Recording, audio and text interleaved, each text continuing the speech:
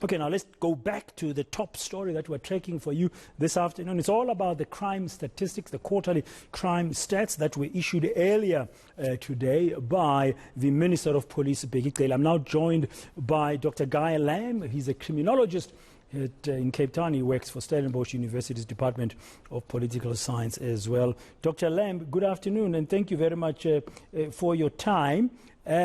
Your initial reaction, I mean, it's 3 months, July, August, September.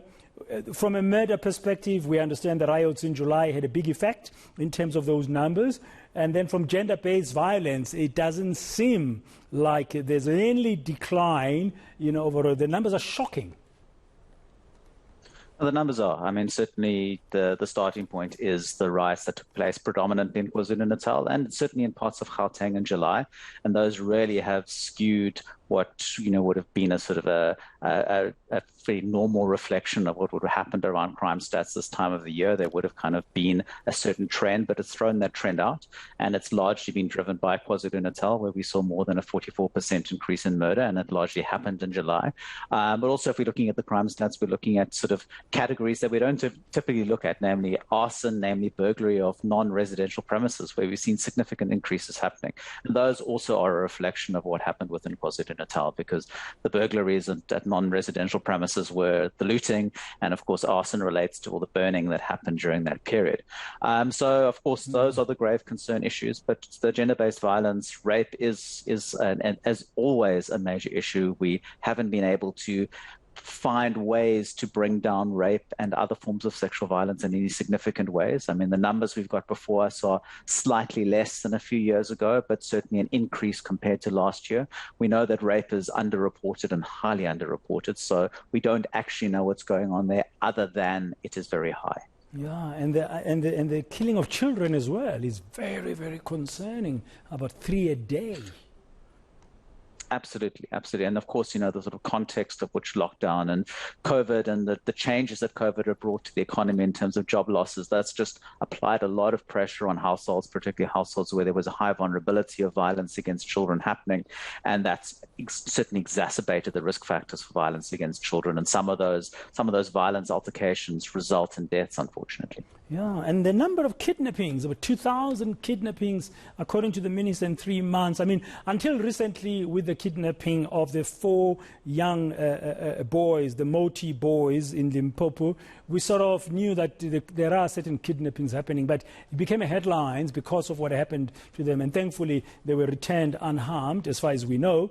But, I mean, it's looked like it's a big crime that has not really been reported on earlier, but it's been happening.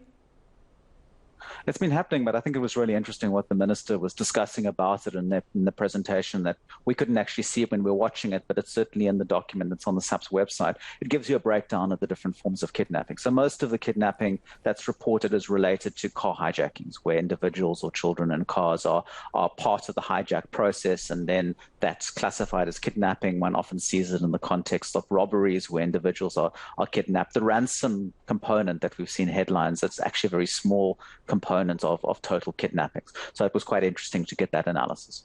Yeah, and then one would worry because in case of the Moti brothers, when we were reporting about it just the other day, there was a talk of foreign involvement.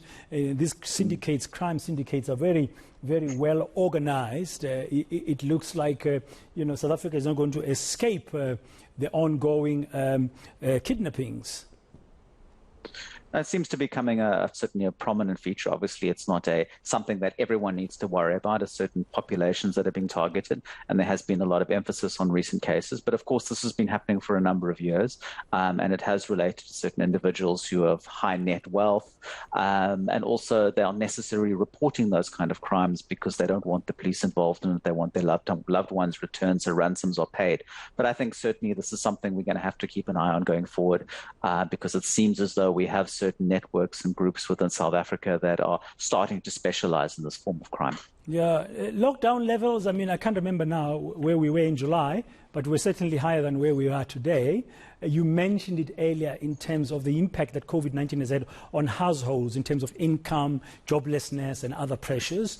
But overall, if you look at these crime stats, I mean, you studied them much closer than most of us. You look at what taking out the July riots in terms of murder and the destruction.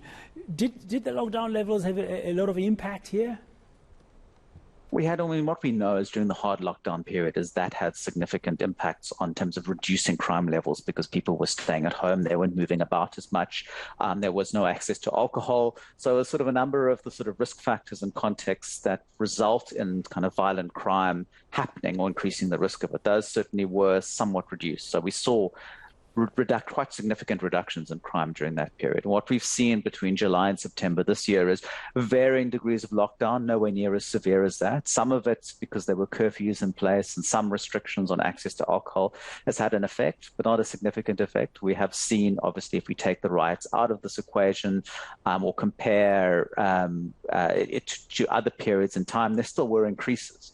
But I think there's an important point we really need to be looking at with these crime stats is the Western Cape story, because in the Western Cape, we've seen reductions in a number of categories of crime. So, for example, murder, there was a small reduction, which really is insignificant. Murder is still incredibly high in the Western Cape.